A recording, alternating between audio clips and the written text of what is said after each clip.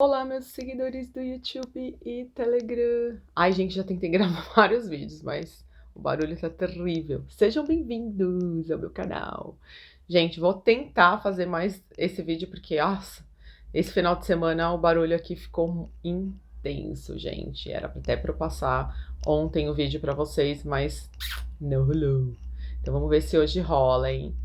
Bem, hoje a gente tá aqui com o quinto vídeo, né, falando sobre a mistura dos traços de caráter. É lógico que daria para fazer milhares, né, de combinações, mas eu vou fazer as combinações mais básicas para vocês poderem ter uma noção, né. Hoje a gente tá com psicopata alto, com esquizoidia também ali mais acentuada, e oralidade, quase zero ou zero de masoquismo e rigidez, ok? Quando você pensa, por exemplo, num traço de caráter psicopata, não confundam com a terminologia, né, do psicopata, do compêndio de psiquiatria e nem da psicologia forense. Só um nome que o Reich deu, né, devido ao processo de mielinização do sistema nervoso central, que ele percebeu que rola mais ou menos assim, mais ou menos não, que rola assim mesmo no desenvolvimento infantil, ok? Cada traço tem lá a sua fase, né? Por exemplo, o esquizoide, ele começa a se desenvolver ali no processo de esquizoidia dentro do útero, quando ele tem aquela senso-percepção de um ambiente desconfortável. A gente tem esquizoidia aqui também. E o psicopata, ele vai se desenvolvendo durante a infância, né? Quando ele vai percebendo que o mundo funciona a partir de trocas. No momento que ele faz uma gracinha, a mãe vai lá e dá uma gratificação, entendeu? No momento que ele tira uma nota boa, assim, vai fazendo uma coisa legal na escola, ganha uma gratificação. E ele vai percebendo que as coisas funcionam mais ou menos assim. Com 3 anos mais ou menos de idade, você já vê que é uma criança que já assim saiu das fraldas, já tem uma certa autonomia e nem quer tanto estar próximo dos pais, assim, eles são mais autônomos, são aquelas crianças que não têm aquela necessidade tão emocional de estar próximo, de estar ali tendo tanto contato. E aí quando você, por exemplo, mistura com uma esquizoidia, né, só para relembrar, lembra a esquizoidia, você tem ali um ser que ele foi sendo desenvolvido no intrauterino, desconfortável, e meio que depois ele não gosta tanto assim de contato corporal.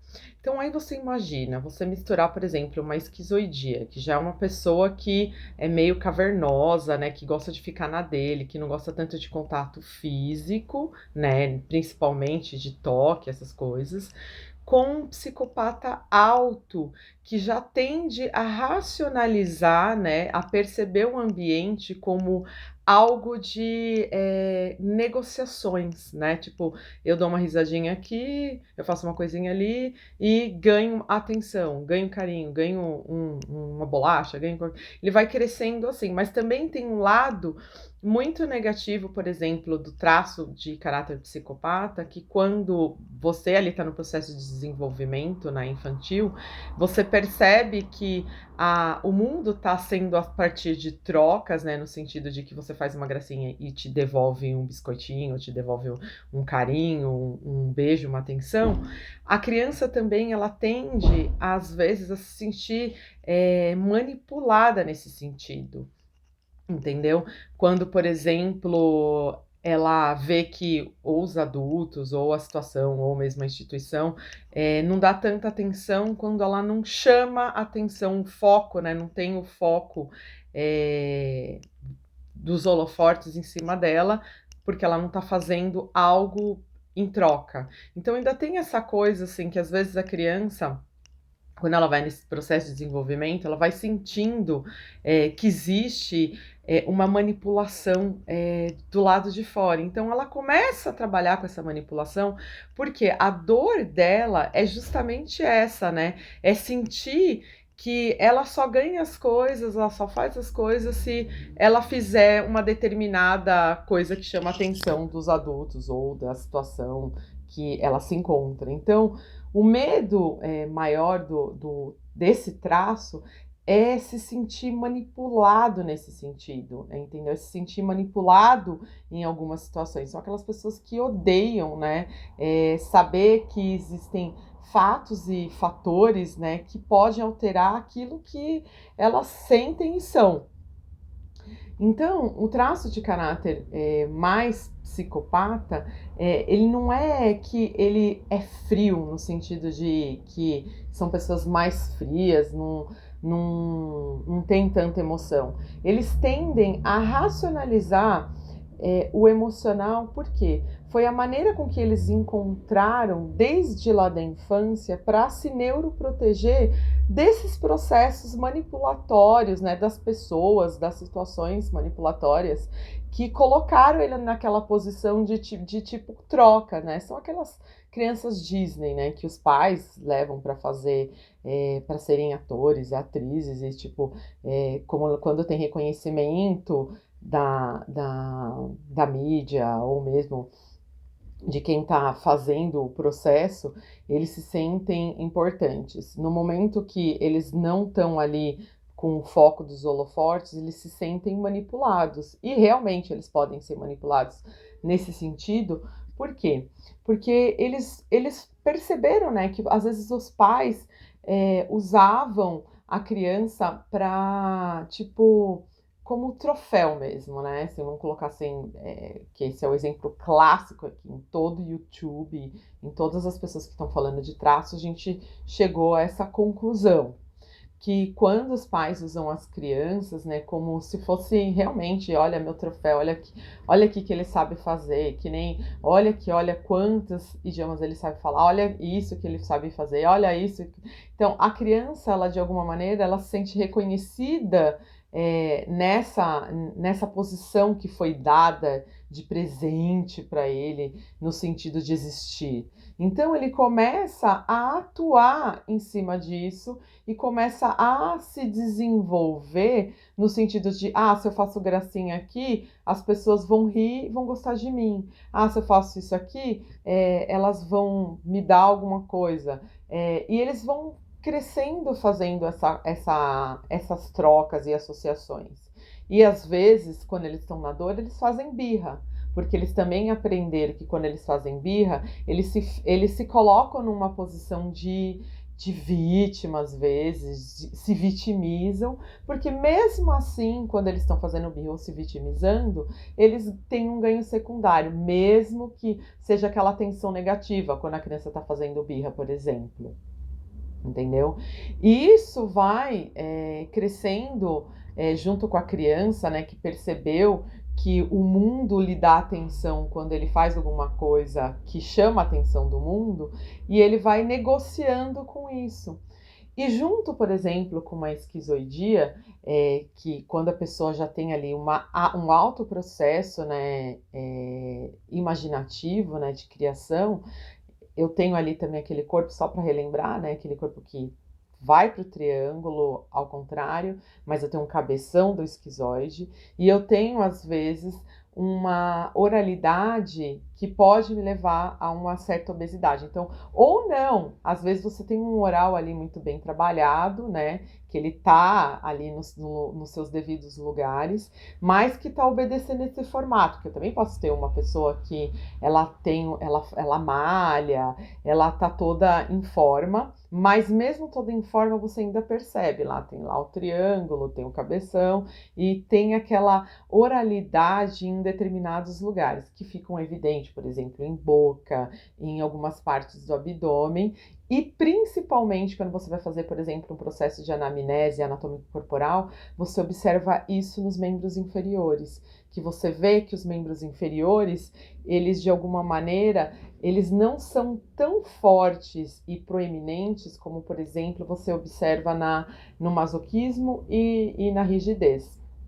E aí, o próprio comportamento, ele vai só nomeando e confirmando para a gente toda essa questão do traço em evidência, né? Como, por exemplo, aqui da psicopatia. Você tem um psicopata muito alto, com uma esquizoidia muito alta, eu tenho um ser que ele é muito mais do racional. Mesmo que eu tenha aqui, por exemplo, 20% de oralidade, 25% de esquizoidia, 40% de psicopatia, ainda a minha psicopatia com a minha esquizoidia, ela tá mais em evidência. Então, a tendência é racionalizar completamente o emocional. E aí, o que acontece na manifestação do reflexo no comportamento?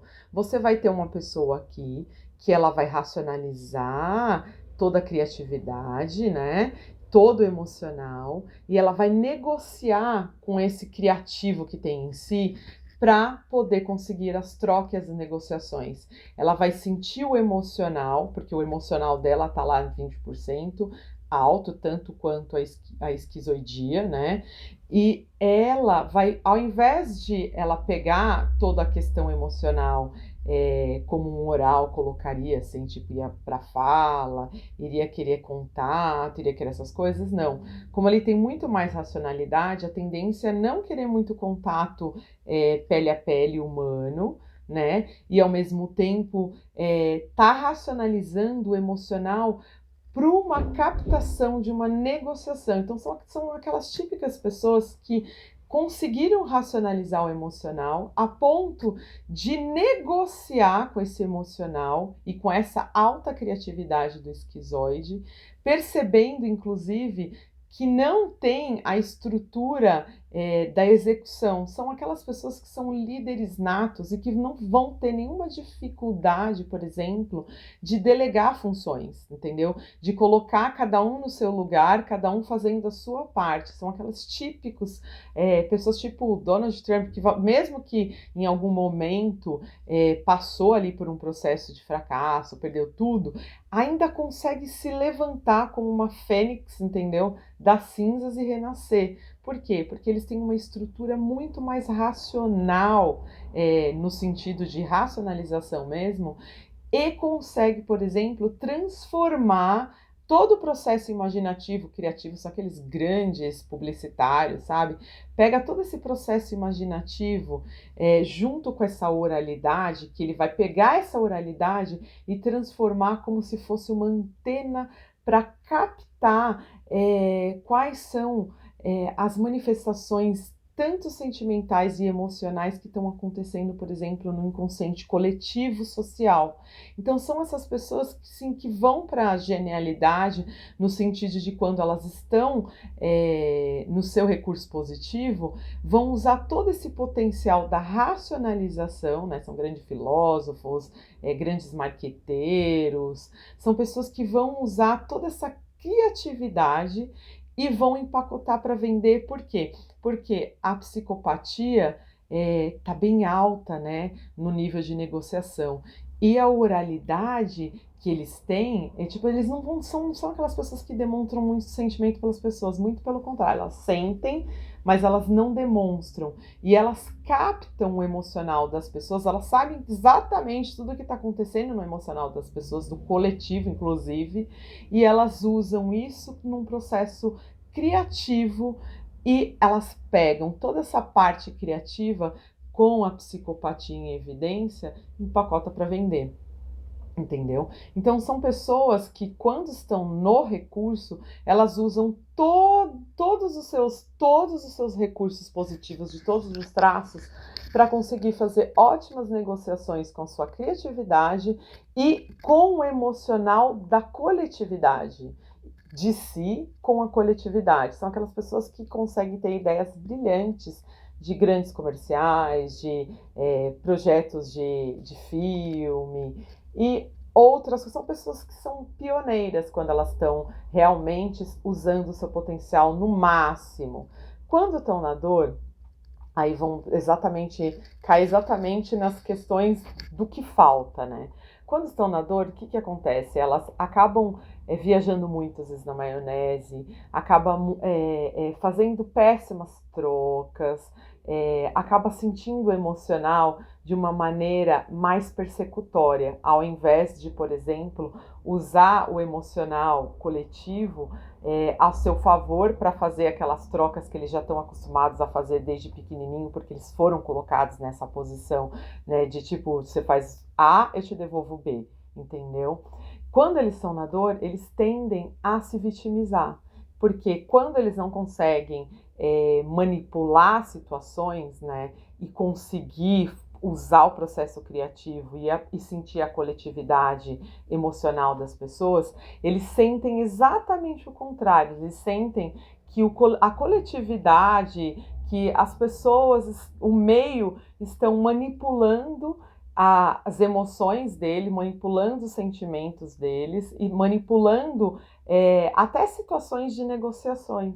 E aí eles ficam numa posição de vitimização. E essa posição de vitimização coloca eles naquele segundo recurso, que mesmo eles são do ganha-ganha, porque mesmo no lado negativo desse traço, ele ainda sente que ele tem um ganho secundário numa posição de vitimização. O problema é que quando eles estão nisso, eles tendem, por exemplo, às vezes a se acomodar. São aquelas pessoas que, tipo, aceitam migalhas emocionais, aceitam ficar, às vezes, num emprego, numa situação onde eles poderiam estar numa liderança, porque eles têm esse traço da liderança, eles têm traço mesmo de chefia. Por que falam assim, quando a pessoa não sabe fazer nada, ela é chefe? Não é quando ela não sabe fazer nada, é quando ela nasceu para delegar para outras pessoas fazerem, que é esse traço, né? Esse traço, ele não nasceu para praxis, para botar a mão na massa, ele nasceu para criar ideias de soluções. É um traço que quando você dá um problema para ele e ele está no recurso, ele te devolve uma solução genial para tu ganhar dinheiro, para sua empresa ganhar dinheiro, para o país levantar, entendeu? Então, eles não nasceram para ir lá para a lida, entendeu? Eles não têm a perna do rígido e nem do mazoca para poder botar em ação no sentido de ir lá e fazer a coisa. Eles nasceram para delegar a coisa. E quando eles estão na dor, é justamente isso, porque às vezes eles estão numa posição errada, às vezes eles estão tipo exercendo um trabalho onde eles deveriam estar numa outra posição. E eles de repente estão ali brigando com o traço deles, no sentido de que como eles não têm as pernas, né? Eles não têm a competência nesse sentido para praxis mesmo de pôr a mão na massa, eles às vezes estão numa posição errada e aí acaba entrando no processo de dor, acaba entrando no recurso negativo desse traço, como em várias situações. Isso é um exemplo no emprego, mas pode ser num relacionamento, às vezes estão numa posição de um relacionamento, por exemplo, onde eles deveriam estar sendo o líder, o homem do relacionamento, ou mesmo a mulher, a chefe da casa, e de repente eles estão ali numa posição de inferiorização, entendeu? Onde talvez, de repente, você se relacionou ali com um traço errado, às vezes você tem muita psicopatia, com bastante esquizoide de oralidade, se relacionou com uma pessoa que vai lá e ela causa um choque no seu traço, entendeu? Ela vai te pôr, às vezes, numa situação de manipulação. E aí, quando você tá nessa situação de manipulação, que tu não consegue, às vezes, sair dessa posição, tu tende a ir para um lado mais de vitimização. E aí você vai estar sempre apontando, porque quando esse traço está na dor, ele está sempre apontando o erro do outro. Ele sempre está apontando o dedo para o outro. Eles são aquelas pessoas que estão sempre falando assim, mas aquela pessoa fez aquilo para mim e coisa e tal. E aí fica naquela persecutoriedade, pega todo esse sentimento da coletividade que poderia estar sendo usado para ganhar dinheiro, para poder transformar isso, às vezes, numa ideia criativa de um negócio. Eles usam toda essa explicação publicações, ai, todas as pessoas estão contra mim, todas as pessoas estão fazendo complô, estão fazendo bullying, acaba usando o lado mais negativo do traço para poder justificar os seus próprios fracassos, para justificar, por exemplo, que tu, por exemplo, não conseguiu estar numa posição onde o seu traço nasceu para estar. Quando você tem esses 3 traços combinados, né, que você tem bastante psicopatia, bastante esquizoidia, bastante oralidade, tu não tem aquela perna da praxis. Então, tu tem que entender que tu tem a racionalidade, porque você tem 2 traços que dominam, entendeu? Na racionalidade. E que se eles não forem bem trabalhados, acaba te colocando num processo do recurso negativo do seu traço. Porque daí você vai estar indo contra aquilo que neurologicamente, né, estruturalmente, tu nasceu para ser. E às vezes você está numa posição completamente oposta do seu traço. Esse que é o grande problema quando você, por exemplo, tem alta psicopatia, alta esquizoidia, que você tem alto potencial de... Aliás, você tem muita racionalização e tem alto potencial de liderança. E às vezes tu tá numa posição que você tá ali num conformismo, você tá ali no vitimismo. E se você estiver nessa posição de conformismo, vitimismo, às vezes está num emprego que não gosta, num relacionamento que não quer, aceitando migalhas e ficando feliz às vezes de ganhar essas migalhas, por quê? Tu tá aceitando o mínimo no sentido do seu próprio traço, porque ele também aceita o mínimo. Quando ele tá num processo de dor, ele se vitimiza.